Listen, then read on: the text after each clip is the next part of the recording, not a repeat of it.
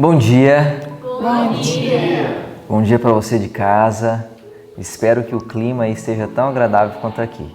Estamos entrando aqui no inverno, está bem mais fresquinho, tudo bem verdinho também pela quantidade de chuva que tem. E tem sido uma bênção.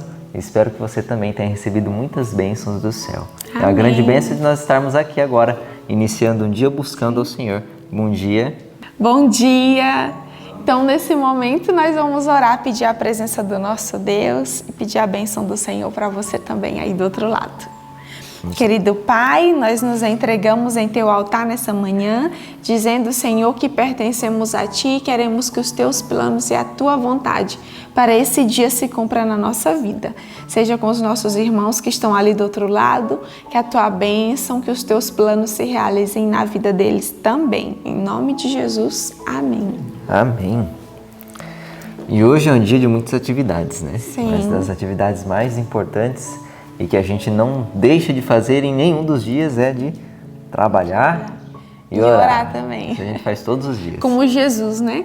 Jesus trabalhava e cantava. Jesus trabalhava e se conectava com Deus. Então a gente trabalha, canta, ora, para o coração não se desligar do Deus eterno. Amém. Vamos cantar juntos então o hino 231, Trabalhar e Orar.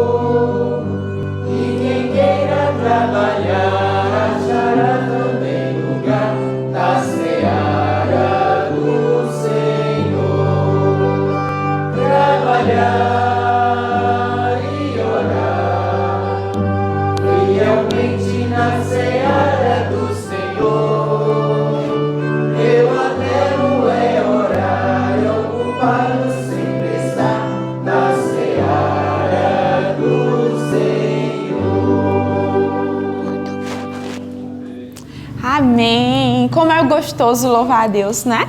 E também é muito bom aprender a palavra. Amor, antes de vir para cá, você já sabia tantos versos da Bíblia? Não, de forma alguma. Sabia um ou outro. E olha aí, como é importante. A gente pega, mas aí tudo vai por disciplina, não é? Sim. Uma semana é tempo suficiente para aprender um verso. Com certeza. Uma passagem, né? Às vezes a gente pega 6 versos, 8 versos e aprende uma consegue aprender em uma semana. Então, olha, aproveite essa semana. Se você ainda não aprendeu, aprenda esse verso. É 1 Pedro 1:22. 1 Pedro 1:22. Então, vamos juntos? Vamos lá? 1, 2, 3. 1 Pedro 1:22. Purificando as vossas almas pelo Espírito, na obediência à verdade, para o amor fraternal não fingido. Amai-vos ardentemente uns aos outros com um coração puro. 1 Pedro 1:22. 1 Pedro 1:22. Purificando as vossas almas pelo Espírito, na obediência à verdade, para o amor fraternal não fingido. Amai-vos ardentemente uns aos outros, com um coração puro. 1 Pedro 1:22. 1 Pedro 1:22. Purificando as vossas almas pelo Espírito, na obediência à verdade, para o amor fraternal não fingido. Amai-vos ardentemente uns aos outros, com um coração puro. 1 Pedro 1:22. Amém. Que as nossas almas sejam purificadas através da obediência à palavra de Deus. Amém. Nesse momento, teremos a palavra do Senhor. Que a igreja seja abençoada, que a sua casa seja abençoada. Deus te abençoe. Bom estudo. Olá, bom dia para você. Bom dia, pessoal de casa. Louvado seja o nome do Senhor, porque nos acordou mais uma manhã. Porque temos o privilégio de poder abrir a Bíblia, estudar as mensagens de advertência, de vida, de solução que Deus tem nos dado. De solução. Quantas vezes o povo de Israel deve ter ouvido as mesmas advertências que estamos ouvindo agora? Quantos acontecimentos o Senhor Deus, na sua misericórdia, deve ter permitido para relembrá-los que o fim estava próximo, que sua situação estava chegando ao final, ao último momento da história daquele povo. Mas quantas vezes o povo não deve ter ouvido? Deixava passar, um detalhe após outro, como se, isso sempre aconteceu. Aí chega a hora que acontece o que nós vimos hoje. Pegue o seu livrinho. Eu espero que você esteja estudando em nome do Senhor. Eu espero que você esteja dando valor a estes momentos que o Senhor Deus tem nos dado. Veja, 24 horas, todos os dias. É a mesma coisa que Deus dá para todas as pessoas no planeta todo. O Senhor Deus dá 24 horas para o branco, para o preto, para o culto, inculto, para o empregado, para o empregador. Todas as pessoas, elas recebem o mesmo presente de Deus. Podemos viver em países separados, mas esta parte, podemos ter condições diferentes, mas esta parte da vida, todos recebem o mesmo, a mesma quantidade, 24 horas. Se você lutar com Deus para que tenha suas prioridades sendo vistas e colocadas no lugar certo, a vida muda. Portanto, acordar um pouco mais cedo para que você possa estudar, ou então tirar um tempo durante o dia para que essas mensagens sejam mantidas dentro da mente, faz toda a diferença para a sua história de vida. O povo de Israel deveria ter feito isso, né? Hoje o nosso estudo, o toque da fé, capítulo 36 do livro Desejado de Todas as Nações, foi trabalhado, foi ajustado com Jeremias 39 a 41, que este assunto está em Lucas 8, do verso 40 a 46. Vamos dar uma olhada no que a Bíblia diz? Capítulo 39, um dos capítulos mais tristes da história de um povo que nasceu para crescer, para ser rei. Um povo que deveria ser o melhor e mais poderoso povo da terra. No entanto, eu quero relembrar você como foi ontem. Francinaldo já está com o material aí. Ele vai colocar agora os slides de ontem.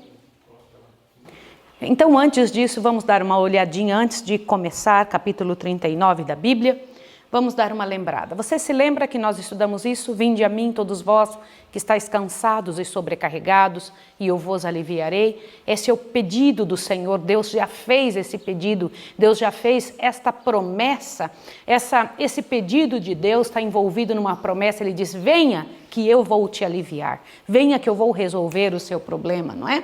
Essa é a promessa de Deus. Pode passar, filho. O Senhor Deus, na sua misericórdia, também diz que o fardo dele é suave, que a carga dele é leve, não é? Ele disse que nos ensina que somos chamados ao serviço enquanto durar a vida. Nosso Pai Celestial tem 1000 maneiras de resolver nossas questões. Onde nós vemos somente uma saída ou nenhuma, Deus tem mais de 1000. Não é tremendo isso? Portanto, confie no Senhor, Ele sabe como resolver. Quando Deus disser não para uma coisa, Ele sabe por que está dizendo, né?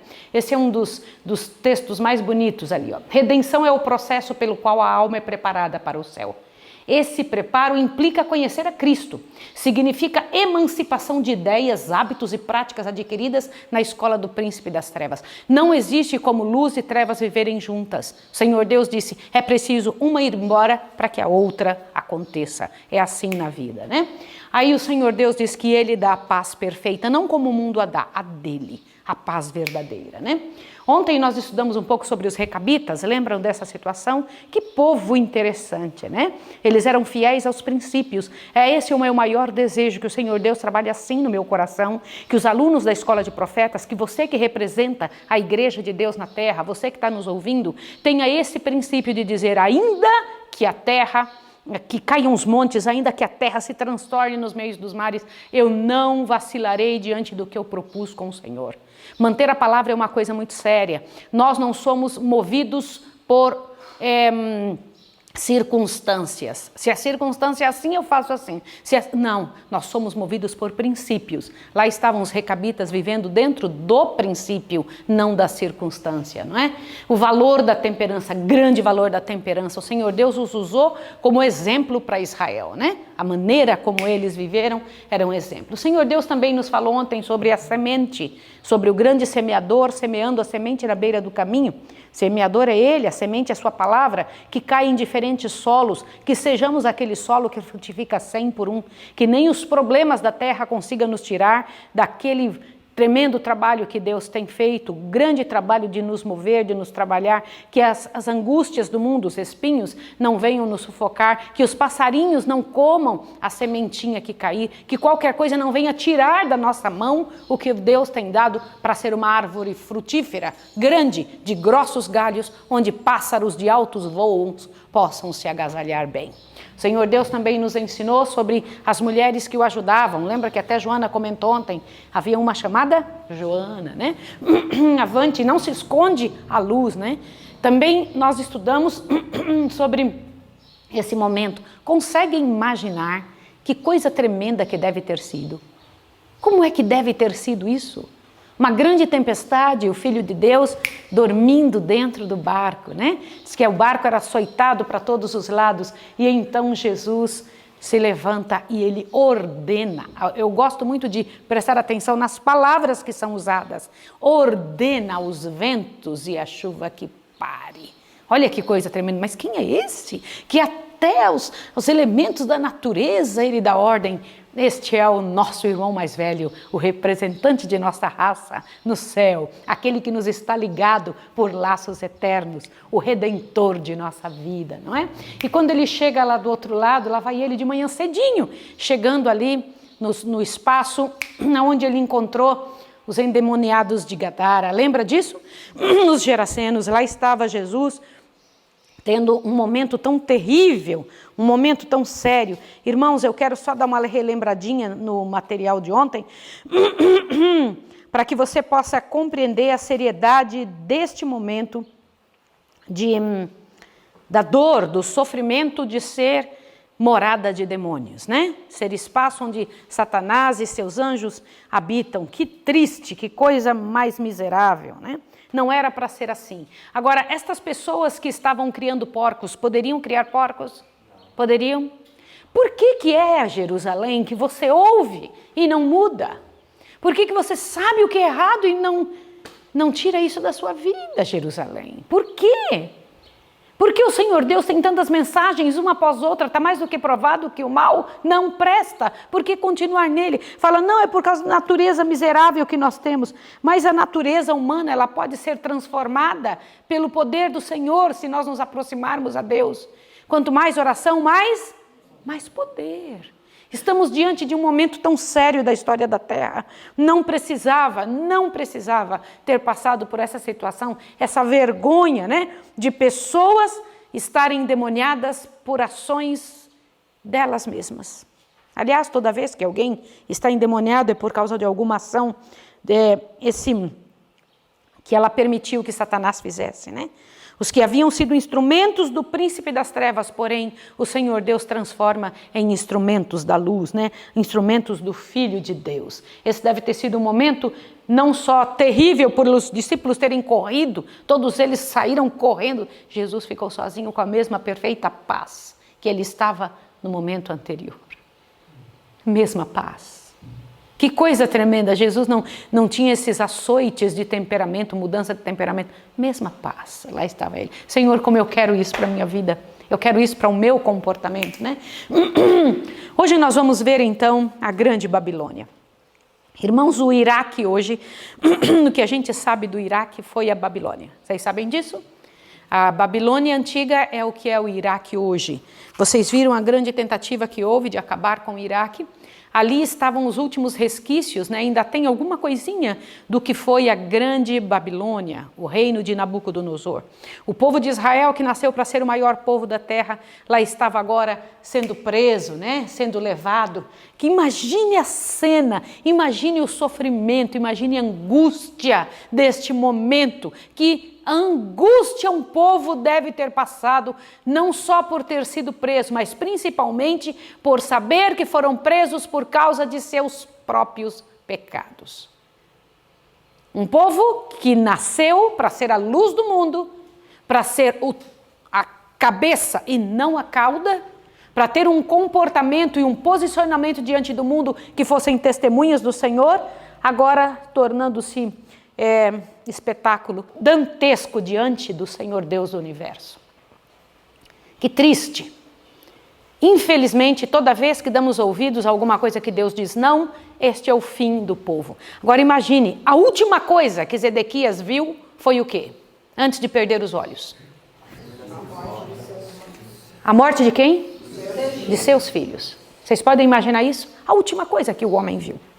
A morte de seus filhos. Não adianta, a tua atitude, a tua ação vai ser um presente de herança para quem vem após você, para quem convive contigo. Ele poderia ter mudado essa situação? Sim ou não? Quem é que estava preso, jogado num calabouço, enquanto ele estava ali sendo preso? Quem foi que avisou tantas vezes que isso aconteceria? Quem foi? Jeremias. Tarde demais soltaram Jeremias. É assim que o diabo faz. Até uma terra, um pedaço de terra foi dado a ele, não foi? Ele foi ouvido quando já não mais adiantava. Que pena, né? Mas esse é o trabalho do profeta. O profeta não tem que se preocupar se alguém está ouvindo ou não. Ele tem que fazer o que tem que fazer. Esse é o grande trabalho. O grande trabalho é este, de fazer o que tem que ser feito, ainda que vá preso, ainda que seja colocado em um espaço terrível. E vocês viram o tipo de situação que nos foi apresentado no capítulo 41? Vocês viram? Eu quero que vocês abram sua Bíblia. Você que está em casa, aproveite a chance de estudar a Bíblia com explicação. Isso é tão importante, tá? No capítulo 40, Jeremias é libertado, posto em liberdade, né? Deram-lhe um sustento para o caminho, um presente, e o deixaram ir. Que coisa, né? O grande presente de Jeremias era outro. Mas no capítulo 41, nós estamos vendo aqui uma saga de de uma exposição de traidores traindo. Gente sofrendo, levando outros a sofrerem. O fim daqueles que se colocam no caminho de Satanás. De certa forma, isso é endemoniamento também. Sim ou não? Não precisamos ter ali situações que alguém espume e se jogue no chão. Eu estou querendo muito que chegue o capítulo 42, que vai ser... deixa eu ver se nós vamos estudar isso amanhã. Deixa eu dar uma olhada, sim, amanhã, para que você possa entender qual é o fim de quem se comporta e quem age de acordo com...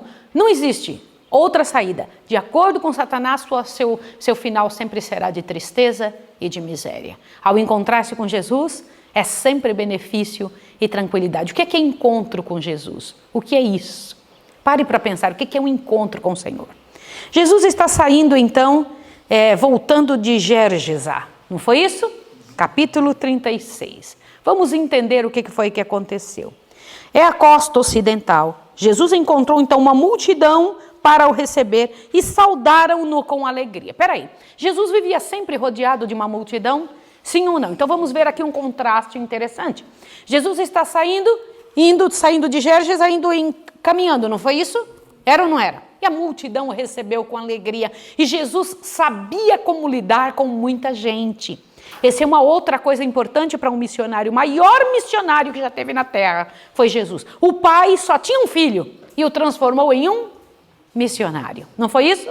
Um missionário. É a maior profissão da terra. Não existe algo maior do que isso. O próprio Jesus disse que abaixo do trabalho dele, o maior trabalho é de um missionário. Então olha que coisa tremenda. Lá estava ele indo no meio daquela multidão, permaneceu por algum tempo ao redor do lago, e lá estava ele ali curando, dirigindo-se à casa de Levi. Não era isso que ele estava fazendo? Lá estava Jesus indo. E então, o que aconteceu no meio do caminho? Uma coisa interessante. Ali o achou Jairo, príncipe da sinagoga. Não era ninguém pequeno, era alguém grande, né? Esse judeu foi lá ter com Jesus e disse: Senhor, minha filha está moribunda. Rogo-te que venhas e lhe imponhas as mãos para que sare e viva. E então Jesus partiu imediatamente com o príncipe. Olha a cena, imagine as palavras que foram usadas aqui. Jesus vem andando aquela multidão e ele partiu imediatamente com o príncipe, não foi? Olha, imagine a cena, ali está Jeremias foi libertado, agora passa para a próxima cena. O que aconteceu no meio do caminho? Lá está Jesus andando. Quando ele parte imediatamente, ele é detido no meio da multidão. Não é isso mesmo? Aquele povo apertando ele, aquela gente andando. E aí, no meio do caminho, ele ouve alguém dizer assim para Jairo: não importunes mais o mestre. A tua filha faleceu. Que palavra tremenda, né? Só que antes disso, Jairo estava impaciente com Jesus. Estava ou não estava? Eu quero que grave na sua cabeça esta palavra. Jairo estava impaciente. Quando ele viu que Jesus se demorava entre um e outro, conversando no meio daquela multidão, eu estou falando que a minha filha está doente. Eu estou falando que a coisa é difícil. Por que ele anda andando mole desse jeito? Diz que ele se impacientou. Quero dizer uma coisa para vocês, que às vezes as pessoas não compreendem a liderança. Quem que estava na liderança? Quem estava, irmãos? Jairo pensava que era ele. Quando nós estamos com um problema, a gente acha que a gente é que está na liderança, que tem que ser feito do jeito que nós entendemos que é assim a saída. E não era desta forma. Não era não. O Espírito de Deus estava dizendo para Jesus o quanto ele devia estar andando. Olha a cena. Jesus está vindo, caminhando, um e outro aqui aparecendo, uma e outra pessoa para ele curar, e Jairo andando, meu Deus, a minha filha está doente, e o coração de Jairo está impaciente, e alguém chega ali e diz: não incomodes mais. E Jesus fez o quê? Ouviu. E virou para ele e falou assim, gente, estas palavras, exatamente como ele falou quando ele viu, olha, o ansioso pai impacientava-se com a demora. Jesus, porém, compadeceu-se do povo, detinha-se aqui e ali para aliviar algum sofrimento ou confortar um coração turbado. Avante. Quando ainda em caminho, o mensageiro chegou abrindo passagem por entre a multidão, levando a Jairo a notícia do falecimento da menina, dizendo ser inútil incomodar mais o mestre. As palavras foram ouvidas por Jesus, e Jesus vira para ele e disse: não temas, disse ele, crê somente, e sua filha será salva. Gente, que coisa mais linda de se ouvir. Jesus estava numa multidão. Vocês já estiveram numa multidão? Já ou não? Uma multidão tremenda, uma quantidade muito grande de gente. É fácil ouvir uma pessoa sussurrando no ouvido da outra, mas Jesus ouve. Fica tranquilo, Jesus ouve. E ainda virou para Jairo e disse: não temas, crê somente, sua filha será salva. E continuou andando. Foi isso ou não foi? Enquanto Jesus está caminhando, lá vai ele, de repente, olha, imaginem o 3D desta cena, tá? Jesus está aqui, aquela multidão, e Jairo falando, vem o servo, mas vem uma mulher também caminhando, que ela não podia estar no meio da multidão. Havia uma mulher que era considerada imunda por 12 anos. Ela não podia chegar perto de pessoas e nem ninguém abraçá-la. Podem imaginar esta cena de alguém por 12 anos que não podia ser tocado, que não podia, nem o marido podia tocar, nenhuma pessoa, porque ela tinha um fluxo de sangue. Vocês sabiam que era assim a condição dela? Não sabiam? Era uma doença muito parecida nos resultados com a lepra. Nenhuma pessoa podia chegar, ela era considerada imunda. Ela não podia deitar-se na mesma cama com seu marido, não podia abraçar seus filhos, ela não podia estar junto com família. Mas ela fez algo que poderia ser passível de tomar pedrada. O que ela fez? Ela pensou assim: ai, eu preciso ir até ele. Eu tenho que ir. Eu tenho que ir. Gente, por causa dessas pessoas, eu fico pensando que alegria viver no meio de gente que crê assim, que acredita dessa forma. E ela começou a pegar espaço no meio de gente que ela não podia tocar. Vocês acham que ela tocou em outras pessoas? Sim ou não? E por que nada aconteceu com ela? Pensem, queridos. E ela foi ali, ó. Por que não aconteceu a cura com ela? Ela tocou num monte de gente, filha. Mas de repente, aquele vai passando, ela olha, ele vem vindo, mas ele não vai me dar importância. Eu já gastei tudo que eu tinha, todo o dinheiro que eu tinha, eu vou passar. E aí então ela imagina aquela mulher, que eu não sei nem o nome. Aliás, eu vou ter muita gente sem nome que eu vou encontrar no céu, sabe? Que fizeram uma diferença tremenda na história de Jesus e na minha história. E ela vai e ela toca num pedaço da roupa dele, o corpo dela é mudado na hora. Ela sente na hora que se estanca o sangue. Você pode imaginar um negócio desse? E então ela fica ali e fala, ai meu Deus, obrigada. Jesus para. E olha para os lados. E faz uma pergunta que ele já tinha resposta. Qual foi a pergunta? Quem me tocou? Aí o pessoal começa a dar risada. Irmãos, multidão barulhenta sempre é boba. Gente, na frente de Jesus não se pode fazer perguntas bobas. Senhor, tanta gente te envolvendo aqui, o Senhor diz quem te tocou? Jesus deve... Eu imagino o céu olhando as nossas conversas. Como deve ser o céu observando as nossas considerações? Eu senti que de mim saiu o poder, disse Jesus. Aí o pessoal para.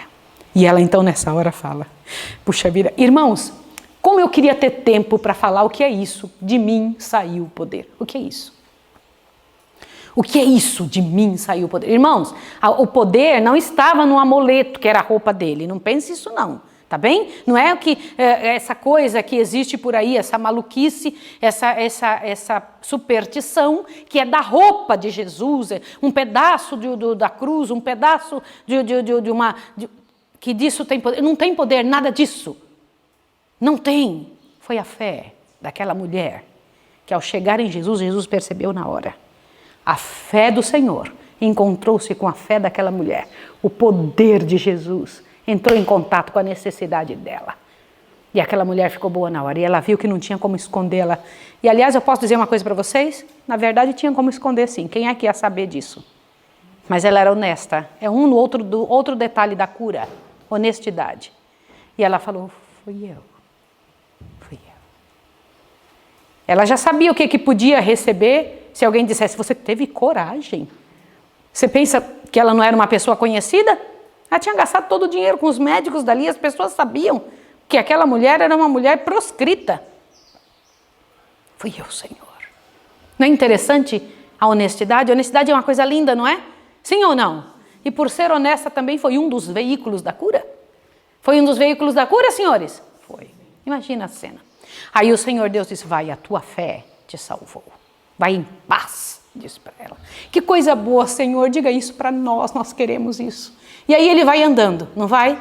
Quando ele chega, lembra, Jesus tinha encontrado a multidão bem feliz, não tinha? Sim ou não?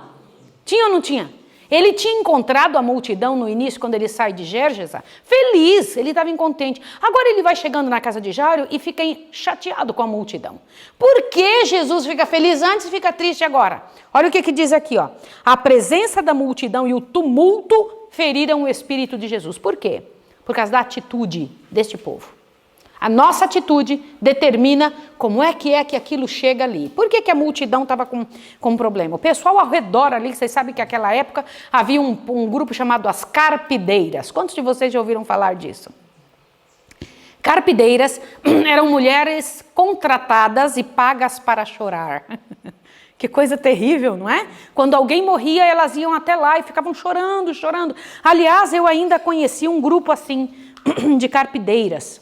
Na Bahia, na cidadezinha bem pequenininha onde eu nasci. Eu nasci numa cidade chamada Barra, perto de Bom Jesus da Lapa, lá no fim do planeta.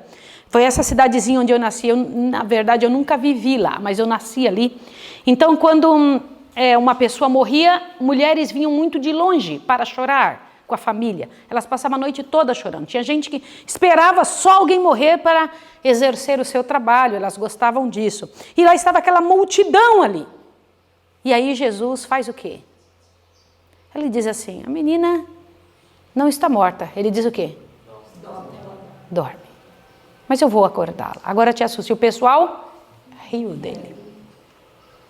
Aí Jesus os dispensou. Aliás, Jesus dispensa quem não crê nele. Só quem pôde entrar? Quem pôde entrar, irmãos? Que beleza, só quem crê, né? Fica aqui junto comigo, vocês vão presenciar um milagre. E então Jesus vai e fala para a menina, né? Uma coisa bem bonita. Jesus vai ali, menina, a ti te digo, levanta-te. E um poder entrou no coração da menina, no corpo dela. E ela se levantou, imagina a família abraçando. Só que Jesus fez um outro detalhe interessante, que ele sempre faz. Tudo de Jesus termina em? Comida. Dê comidinha, menina. Dê comida a ela. E aí mandou que ela comesse, né? Irmãos, que coisa interessante.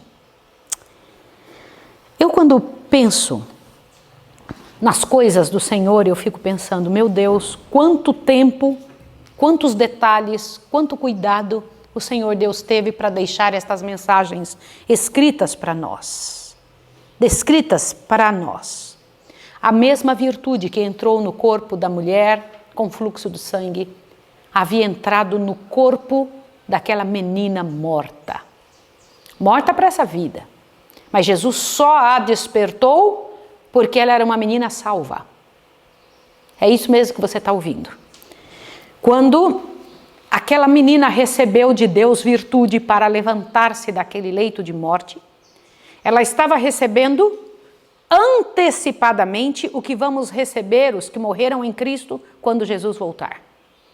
Por isso que Jesus disse, os que dormem em Jesus, não é isso que ele fala? Os que dormem em Jesus, ouvirão a sua voz, igual a menina ouviu, e despertarão. Não é isso? O que aconteceu com essa menina foi isto, ela já era de Cristo. Entende o que eu estou lhe dizendo? Se ela não fosse de Cristo, não teria ressuscitado. Vocês conseguem entender esse tipo de coisa? Quais que foram ressuscitados no tempo de Jesus? Vamos lá. Lázaro. Já era de Cristo ou não? Sim, ele era de Cristo. Por isso que Jesus o ressuscitou. Filho da viúva de Naim. Quem mais? Essa menininha. Olha quantos detalhes interessantes. Pessoas que estavam na época de Jesus prontas para a redenção. Não é interessante? Por isso que quando Jesus foi até elas, conseguiu fazer por elas o que fará na sua volta com aqueles que morreram em Jesus. Olha como é interessante, como é importante estar com Jesus, permanecer com Ele. E foi isso, meus irmãos, que infelizmente o povo de Israel não levou em conta. Meu povo, nosso povo, não fez como deveria fazer. Nosso povo não tomou na mão o trabalho que deveria tomar, né? Não fez o que deveria fazer, não se posicionou como deveria. E eu queria fazer um apelo para você agora. Que em nome de Jesus fosse nosso tempo de luta, de pedir, Senhor, faça em mim, faça o teu trabalho em mim, Senhor. Realiza a tua obra de redenção na minha vida, no meu coração. Me ajude, Senhor, com as misérias que eu tenho e que sou, para que eu consiga crescer na tua graça. Hoje não teve hino para iniciar, vai ter hino para finalizar. Eu preciso mostrar algo para vocês agora. Meus irmãos, que triste a situação de Israel. Nunca mais deixaram de ser escravos. A escravatura é uma das tristezas, uma das angústias piores que alguém pode passar. Uma das misérias maiores. Mas a escravatura do pecado é a pior de todas. Porque a escravatura do pecado não só tira a dignidade, como também tira as chances. Como? Tira as chances de vida eterna. Não é? Ali estavam duas pessoas no meio de um povo condenado. A filha de Jairo.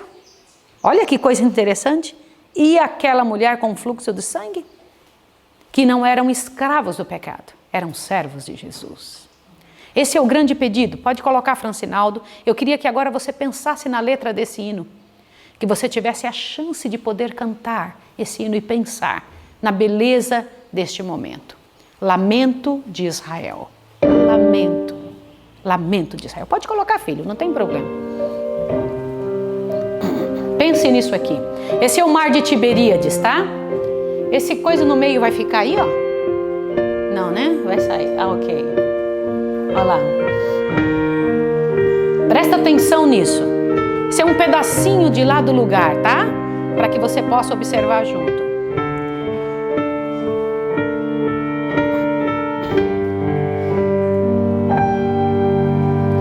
Ando em cativeiro, te levarão de Sião. Pode cantar, gente.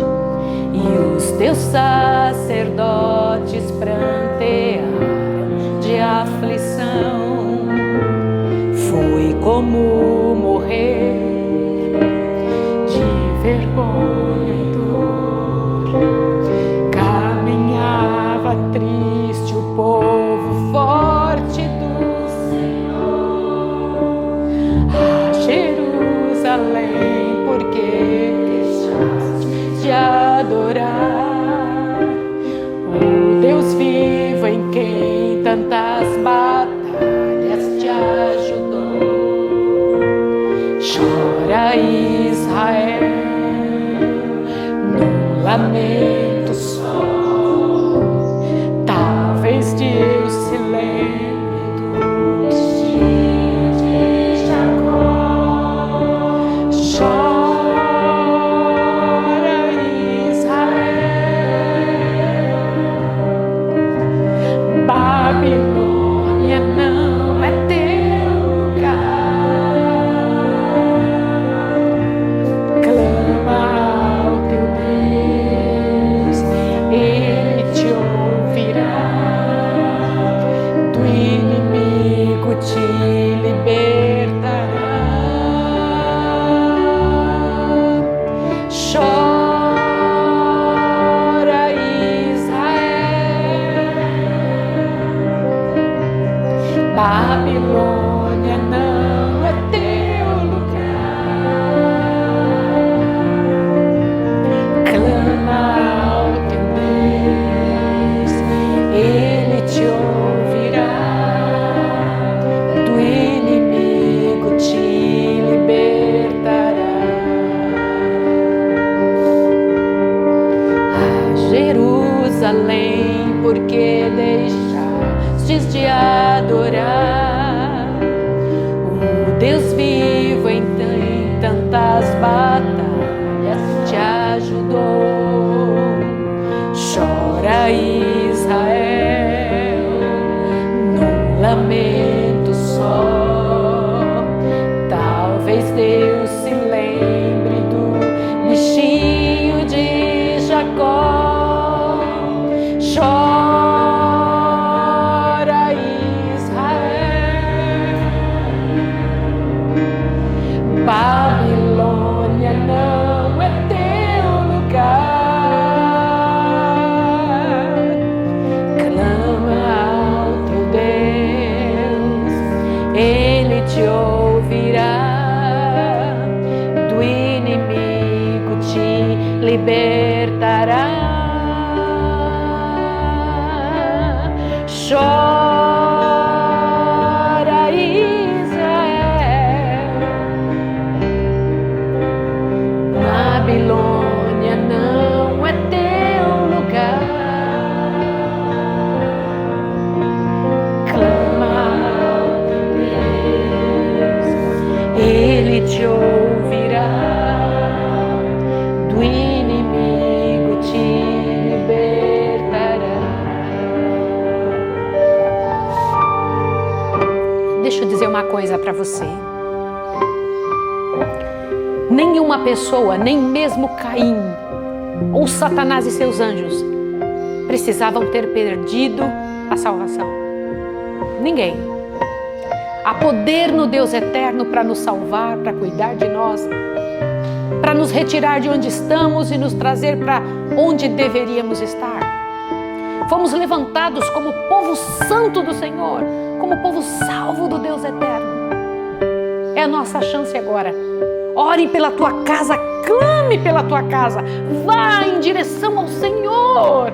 Um toque do Senhor na sua vida, na sua história. Agarre-se no poder de Deus, para que o Senhor Deus não faça de você um espetáculo ruim para o universo.